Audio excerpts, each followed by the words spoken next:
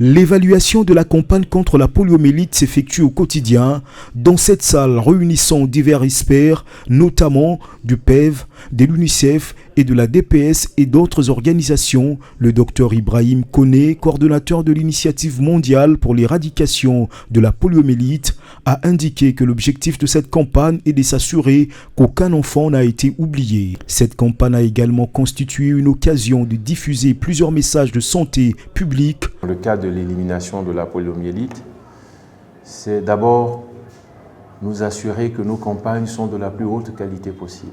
Ça, c'est très important pour nous. C'est nous assurer que nous ne laissons de côté aucun enfant.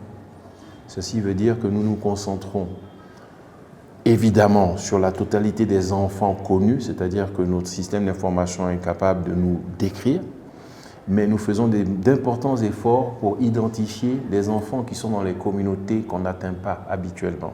D'accord ?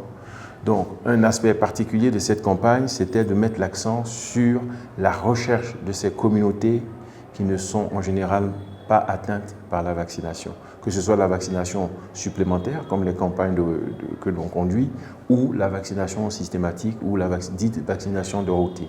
Évoquant les difficultés rencontrées, le Dr Koné a cité des retards mineurs dans la distribution des intrants imputables notamment au transport aérien, ainsi que certains refus peu significatifs qui ont été surmontés à 90% grâce à l'expertise de l'UNICEF. Nous avons connu quelques retards au niveau de la distribution des intrants, mais rien de significatif. C'est toujours un défi de transporter d'importantes quantités de matériel de Kinshasa à n'importe quelle région du pays, parce que vous le savez, l'essentiel du transport est aérien.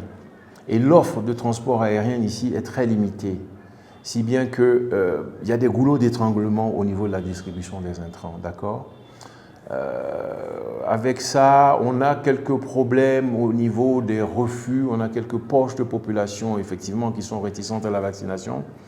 Mais nous avons quand même pas mal d'expérience en la matière. Nos collègues de l'UNICEF sont de grands connaisseurs de cette problématique. Ils ont développé une expertise à travers le monde parce que ce qui est important dans l'éradication mondiale, l'initiative d'éradication mondiale, c'est que toutes les agences mutualisent leur savoir-faire. De telle sorte que pour les questions de refus, c'est l'UNICEF qui a le leadership et elle a une expérience, cette organisation avérée. Si bien que la quasi-totalité des refus auxquels nous avons eu à faire face à l'occasion de cette campagne ont été résolus. Ce médecin spécialiste a par ailleurs encouragé le gouvernement congolais à maintenir une surveillance épidémiologique renforcée afin de prévenir toute résurgence du poliovirus.